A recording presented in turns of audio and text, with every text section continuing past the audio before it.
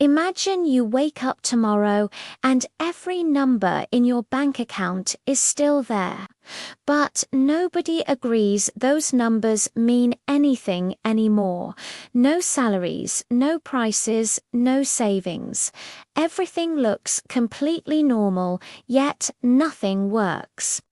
This brings up a really strange question. If money today is mostly just numbers on a screen, why does it still control everything we do? Let's simplify this right away. Money is not wealth. Money is not food.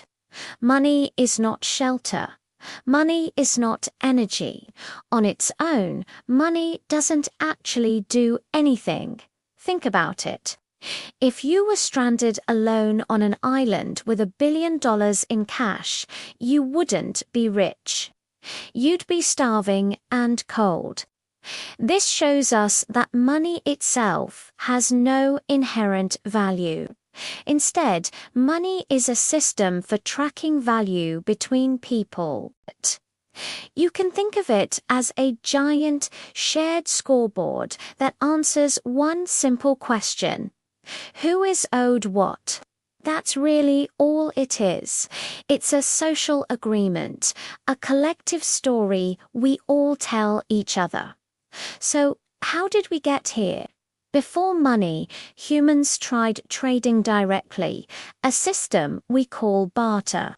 You have wheat, and I have shoes. It seems simple enough, right? But what happens if I need your wheat today, but you don't need my shoes until next month? The trade breaks down. Or what if you need half a pair of my shoes and I need a third of your cow? It gets complicated fast. This is where money stepped in and solved the problem by becoming a memory tool. It remembers who contributed something of value to society, who consumed something, and who still owes the system. In a way, money is like society's external hard drive, storing all our economic interactions. For most of history, money was physical. Gold, silver, coins, things you could hold in your hand, but physical money had serious limits. It was heavy and hard to move across long distances. It was easy to steal. And most importantly, it was impossible to scale globally to support a complex, interconnected economy. So, humanity did something truly radical. We stopped moving the actual value and started recording it instead.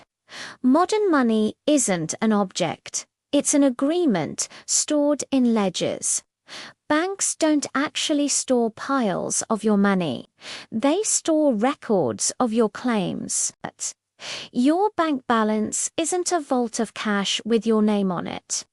It's permission to access a certain amount of value from the system. Okay, so if it's all just numbers and records, why do these digits still have so much power over your life? The answer is simple, because systems of authority back them up. Taxes are calculated in these numbers. Debts are enforced in them. Salaries are promised in them. The legal system recognizes them as the ultimate measure of obligation. Money works because force and law stand behind it. If you ignore the rules of money for long enough, what happens? You lose access to resources. You lose your options. Ultimately, you lose legal protection. Money isn't just built on trust alone. It's built on enforced trust. But here's the biggest twist of all. There is no global shortage of money. What there is a shortage of access. Central banks can create new money, literally typing numbers into existence almost instantly. But the crucial part is who gets that new money first. It flows to governments, large banks, and major financial institutions. They get to spend it into the economy before it has an effect on prices. By the time that money trickles down to everyone else, prices for goods, services, and assets have already started to rise. So everyone else pays the cost through inflation. This is why money often feels so scarce to individuals, even when it's being created in abundance at the top. So why does this strange system persist? Because money does three critical things all at once. It measures value, it moves value, and it enforces a hierarchy. It tells us who has power and who doesn't. If money were to just vanish tomorrow, the consequences would be catastrophic.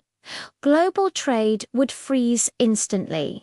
All debts would collapse, wiping out the financial system.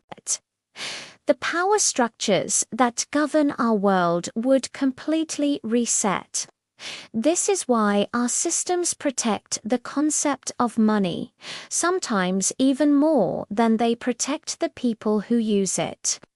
So, in the end, money isn't real in the same way that food or water is real.